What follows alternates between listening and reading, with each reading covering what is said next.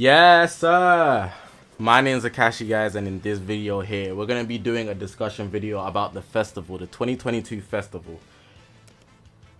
You probably want to know if it's really going to be better than last year, or even if it's actually going to live up to the hype, assuming you're a new player. The festival, from my experience, I've been playing since the start of the game, is easily the most hyped event of the year, and you'd think that it wouldn't be because they literally have to celebrate their birthday for their anniversary, but they prioritize the festival way more than their anniversary, and it's crazy that they do that. At least it seems that way anyways. As of recent, well, pretty much since the start, we've got a new mechanic every single time. So it really changes up the way Legends moves, and if you don't have CCs in the festival, that's probably the worst thing you can do throughout the whole year, because in the festival they drop the most resources, the most everything. We're going to talk about what you can expect in the festival, and if I generally think it'll be better, and let me know if you guys think it'll be better based on what you already have as expectations. But if you're new here, you can take in my opinion and actually just prepare yourself, because you've probably seen all the YouTubers, including me, telling you guys to save for the festival. It's literally what you want to be saving for. It's the best point of the year, and that's crazy to say considering we just got Beast Gohan. But yeah, hopefully you guys are going to enjoy this video. If you haven't already, make sure to press the subscribe button, man. We are on this grind to 40,000 subscribers. All my social media links are going to be on the bottom of the screen. It's the YouTube channel. We've got a Twitter, Twitch, Reddit, Instagram, and a Discord link all in the description below. So make sure to check me out on all of those. But yeah, man, I'm also going to add that I stream every single day. So people often have questions to ask me, and DMing me is insane. It's not that you're not going to get a response, but it's very difficult to get a response because I'm one man with a million messages. So if you come into the stream and you ask the question while I'm live, you can literally ask me in person. 9 to 11 p.m. GMT, that's my time zone. I'm British, so, you know, if you catch me live, ask the question, or you can even come through, ask your question and chill. It's a good time. But yeah, man, let's actually get into this video about what you can expect for the festival. Now, I put this poll up on my channel, and the question was, do you think the Dragon Ball Legends Festival will be better than 2021? And the majority of people think yes, and I think that's the natural answer, just simply because the game's always looking to improve, and on top of that, the game's gotten better over time, for the most part. But of course, with little things that I've mentioned already, they release a new mechanic and whatnot. You can see the majority of people voted yes with 7.7k votes, 7,700 votes. Some people do think no though, and that sets us up for like an expectation. But I also want to put up this other poll that I put up on the channel. It's about Beast Gohan and Piccolo. So I asked here, people wanted to have Beast Gohan drop alongside Orange Piccolo.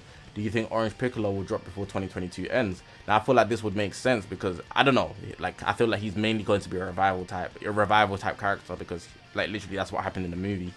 But it's kind of sticky because for him to drop before 2022 ends, he would literally have to be a festival headliner or the Ultra, and I don't see that being the case, me personally.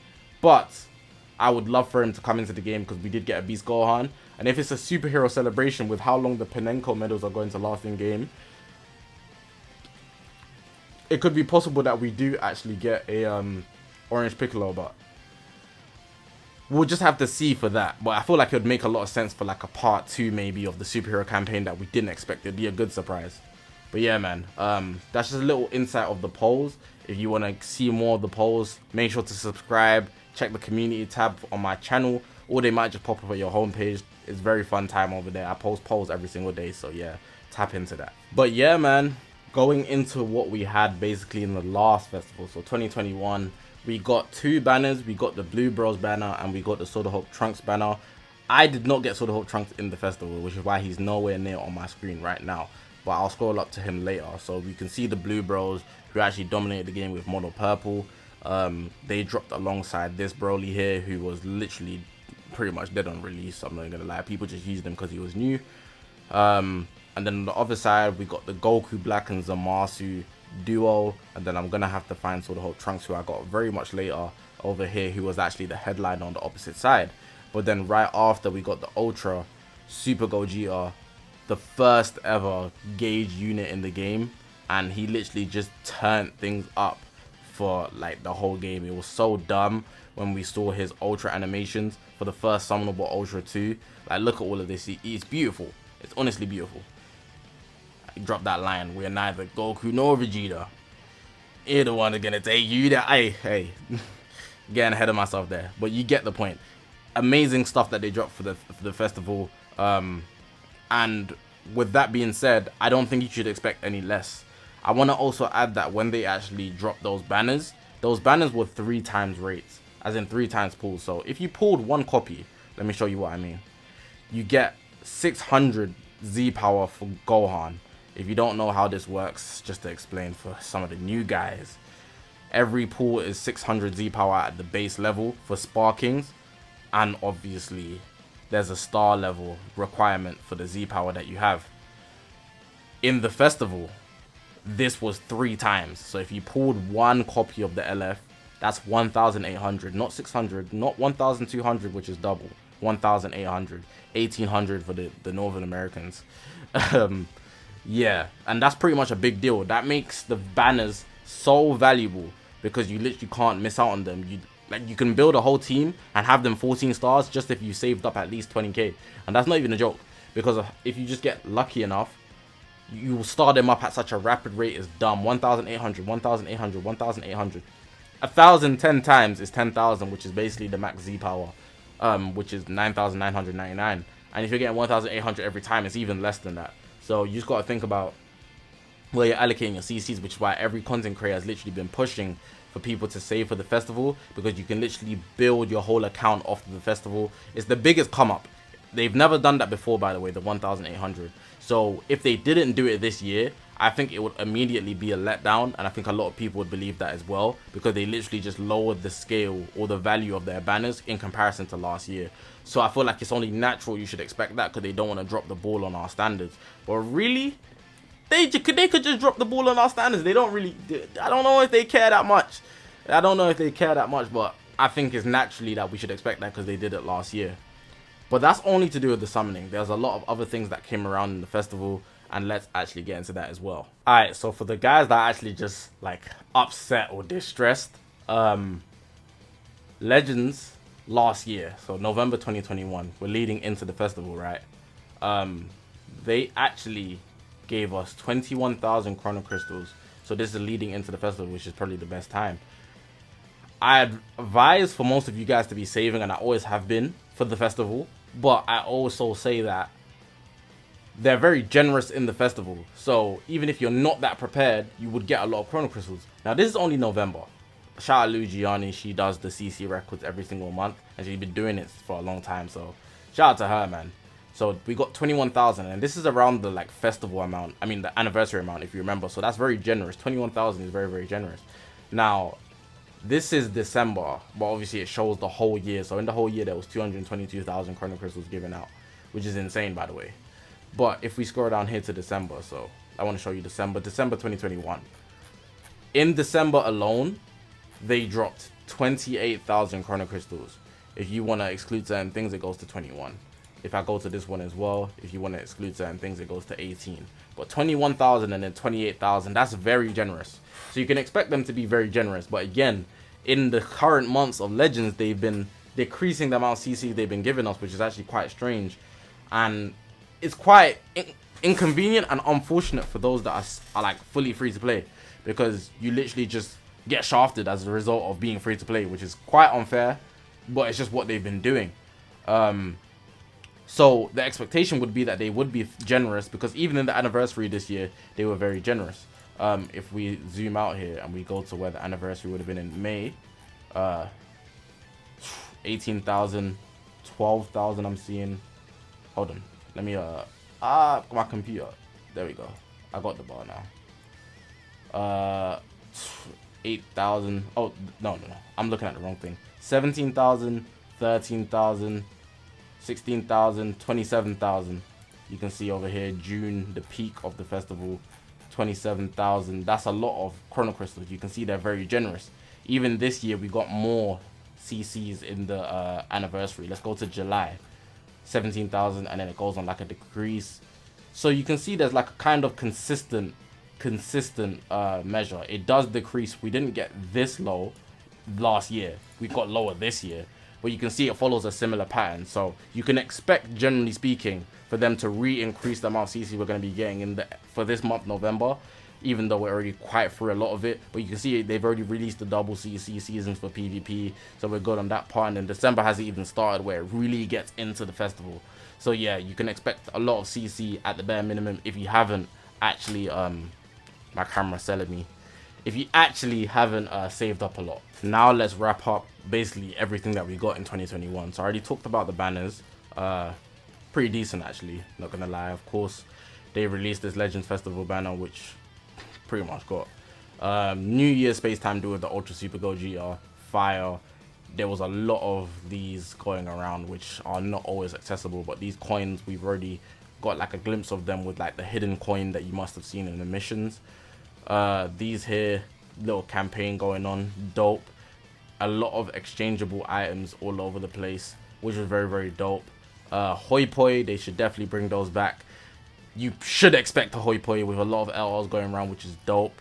More tickets all over the place. Free to play unit. They brought back certain iconic events. So you got to see a video here from the first anniversary. My chair is croaking. Adventures, just the typical, and some other events. One thing I also want to mention, because it's not here, but there's always going to be a sale. So considering I just spoke about CCs and just basically shafting the free-to-plays, sales for the actual whales at the end of the year, it's the best time to spend money if you're ever going to spend money on Legends. The sales are pristine, and then they drop these happy bags.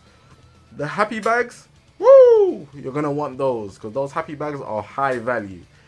They come with a bunch of stuff, LLZ power, some tickets for some OP banners. If they drop those again, which you should expect because they don't miss, you'll be able to actually pull a lot of things. So I definitely suggest having an eye out for those if you ever see them. If you've never spent money on Legends before, I'm not advising you to spend money on the game, but if you've ever thought about it, the best time would be the festival. Similarly, I just like to think of it in a way of, let's say you don't play any console games or anything like that, and even if you do, most console games are now free. The ones that you probably do play, just to put that out there. You don't spend money on these games anymore like that, to be honest. So spending a few coins on Legends wouldn't really hurt if it's a game that you play every day anyways. But of course, I'm not advising you to, I'm just saying how I think about it. I don't play any console games as of recent, but if I got into them, most of them I wouldn't even be paying to play anyways. They're mostly free. And even if they're not free, you pay for the game one time, you don't buy any transactions. With this, you can buy a couple transactions, and in my opinion anyways, it doesn't really hurt. Obviously, I'm in a different position from you guys, but that's why I just want to lay my mindset on it onto you guys, and you can do what you want with that. But they're definitely going to have probably 2 banners at the bare minimum. I don't see them dropping more than 2 banners because they don't want to overload us, especially because they're probably prepping an insane ultra and some new type of mechanic, and that would be already too overwhelming. If they drop triple banners, that's too many units. And even if they did drop triple banners, that would just be scummy as well, because they'll probably just put 1 unit on every single banner. Just 1 LL on every single banner or something. But yeah, I think I'm going to pretty much wrap up the video, and that's everything that we pretty much got for the last year. But I'll actually just conclude this video now with my expectation overall. So yeah, the big part where I probably just lay down my opinion. Do I think the festival is going to top last year? I definitely do think it is. I just do outright, because they've literally been hitting with all these LF characters back to back to back, and they dropped that preview. They wouldn't hype it up if it wasn't going to be good. You can expect the new mechanic. The way they've been leading up to GT, if it's the tag Super Saiyan 4s, Super Saiyan 4s will have amazing animations. We saw G4 had amazing animations. That's the only other really Super Saiyan 4 Goku as well. Amazing though. Even Ultra Omega Shenron, his art card is very, very beautiful. Off of that, I feel like just off what they gave last year, they do that at a base level and maybe a little bit more. If not, even if they just replicate what they had last year, I'd still be satisfied, because they did so much last year that I would expect the same this year. I expect the same as well, and just following the pattern, I feel like the CC they're going to give are also going to be a lot as well, so it's going to feel like a good festival as long as you don't get shafted. They also have a lot more things in the game right now that they didn't have before. For example, the mechanics in PvP, they can do more with the full power battle.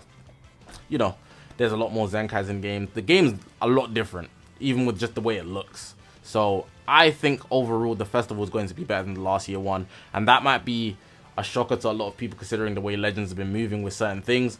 But I am looking forward to the festival overall, and I feel like that's a big reason alone. Just like I haven't. There's been a lot of points where you don't feel hyped for Legends, and you're just like, oh, you're just playing because you're waiting for it to pick up.